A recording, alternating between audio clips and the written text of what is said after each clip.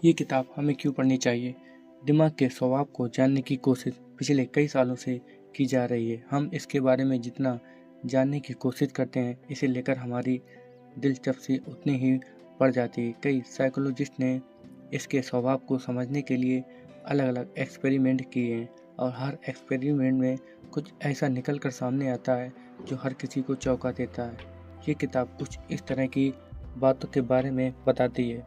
The mind club में हम देखेंगे कि किस तरह से हमारा दिमाग काम करता है। हम जानेंगे कि हम किस तरह से बहुत सी चीज़ें मान लेते हैं और उन्हें मानने से हमारे स्वभाव में किस तरीके से बदलाव आ जाते हैं। माइंड क्लब के मेंबरों की क्या खास बात होती है?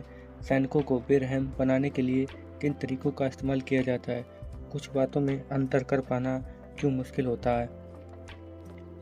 माइंड क्लब में वो लोग आते हैं जो सोच सकते हैं और महसूस कर सकते हैं। अगर हम आपसे सवाल करें कि एक रोबोट इंसान में क्या अंतर है, तो शायद आप कहेंगे रोबोट सोच नहीं सकता और इंसान सोच सकता है। लेकिन आज के वक्त में आर्टिफिशियल इंटेलिजेंस की मदद से एक रोबोट सोच समझकर फैसले ले सकता है। तो फिर एक रोबोट और इंसान में क्या अंतर है? अब शायद आप कहेंगे कि एक इंसान महसूस करता है लेकिन एक रोबोट नहीं कर सकता। इस बात से एक बात साबित हो गई कि अगर किसी के पास दिमाग है तो वो दो काम कर सकता है, सोचना और महसूस करना। हम सभी के अंदर महसूस करके सोच समझकर काम करने की काबिलियत है। हम इस समय के हालात को देखते हुए आगे की प्लानिंग कर सकते हैं और उसके हिसाब से काम कर सकते हैं। माइंड क्लब में लोगों को दो भागों में बांटा गया। पहले वो जो अपनी भावनाओं को काबू करके हमेशा सही फैसले लेते हैं और दूसरे वो लोग जो बस अपनी भावनाओं के हिसाब से काम करते हैं। एग्जाम्पल के लिए एक एथलीट जो हर दिन प्रैक्टिस करता है ताकि वो खुद को बेहतर बना सके।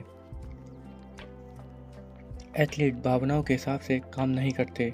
दूसरी तरफ एक बच्चा जो कि समझ नहीं सकता, अगर उसे आलस आ रहा है तो वो सो जाएगा।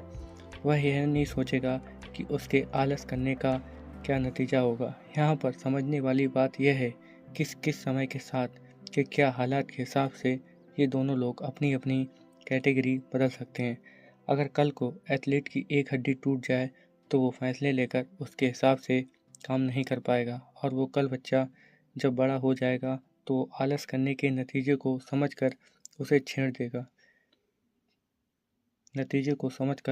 छोड़ देगा। इस तरीके से ये दोनों अलग अलग अपनी कैटेगरी बदल सकते हैं।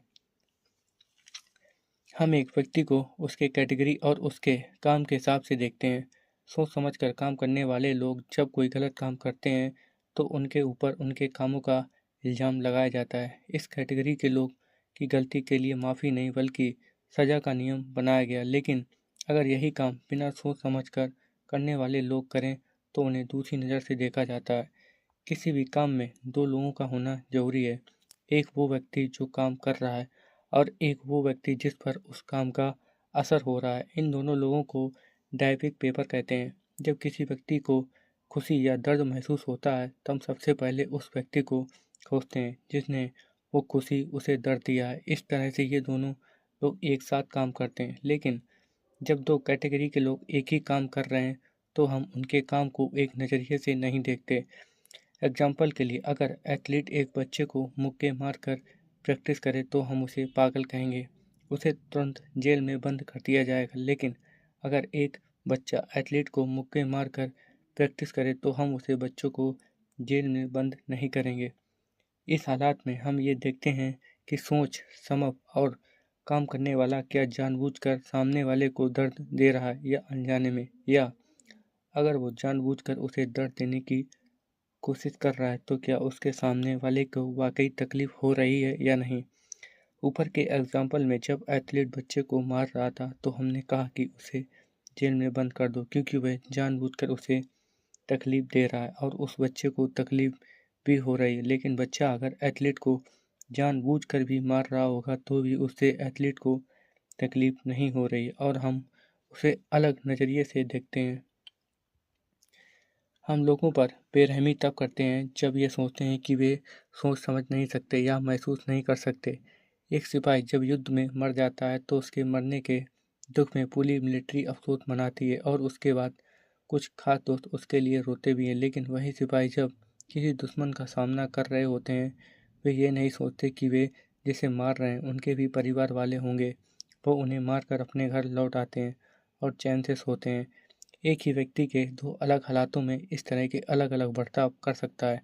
अगर उसके दिमाग में यह बात डाल दी जाए कि वो जिसे मार रहा है वो या तो सोच नहीं सकता या फिर महसूस नहीं कर सकता, ऐसा करने से वो उसे आसानी से मार पाता है और उसे इसका अफसोस भी नहीं होता।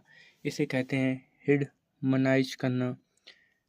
हिडमनाइज तो दो तरीके से किया जा सकता है। एक तो हम लोगों के दिमाग में यह बात डाल दें कि सामने वाला सोच समझ नहीं सकता। एग्जाम्पल के लिए, पहले के वक्त में लोग दलितों को बुरी नज़र से देखते थे। वे इंसान नहीं समझते थे और इसीलिए उन्हें अपने कुएं में से पानी भी नहीं देते थे। वे इसलिए कर सकते थे क्योंकि उन्हें लगता था कि वे मूर्ख हैं और सोच समझ नहीं सकते। वे उन्हें जानवर समझते थे। दूसरा तरीका, दिमाग में ये बात डाल देना कि सामने वाले को कुछ महसूस नहीं होता। एग्जाम्पल के लिए, फिल्मों में अगर हीरो विलन को बम से उड़ा दिया फिर उसे आग में जला दे तो हम बुरी नहीं लगता, क्योंकि हम अपने दिमाग में ये बात बैठा चुके हैं कि विलन कुछ महसूस नहीं करता और वो अपना फ़ायदा पाने के लिए किसी भी हद तक जा सकता है। हमने शुरू में ही कहा, अगर कोई व्यक्ति सोच समझकर काम कर सकता है या फिर महसूस कर सकता है तो हम कह सकते हैं कि वे माइंड क्लब का हिस्सा हैं। हिडमनाइजेशन तब होता है जब इन दोनों में से एक चीज़ निकाल दें। ऐसे में हम उसे माइंड क्लब का हिस्सा नहीं समझते और उस पर बेरहमी कर हम कोई दुख नहीं होता।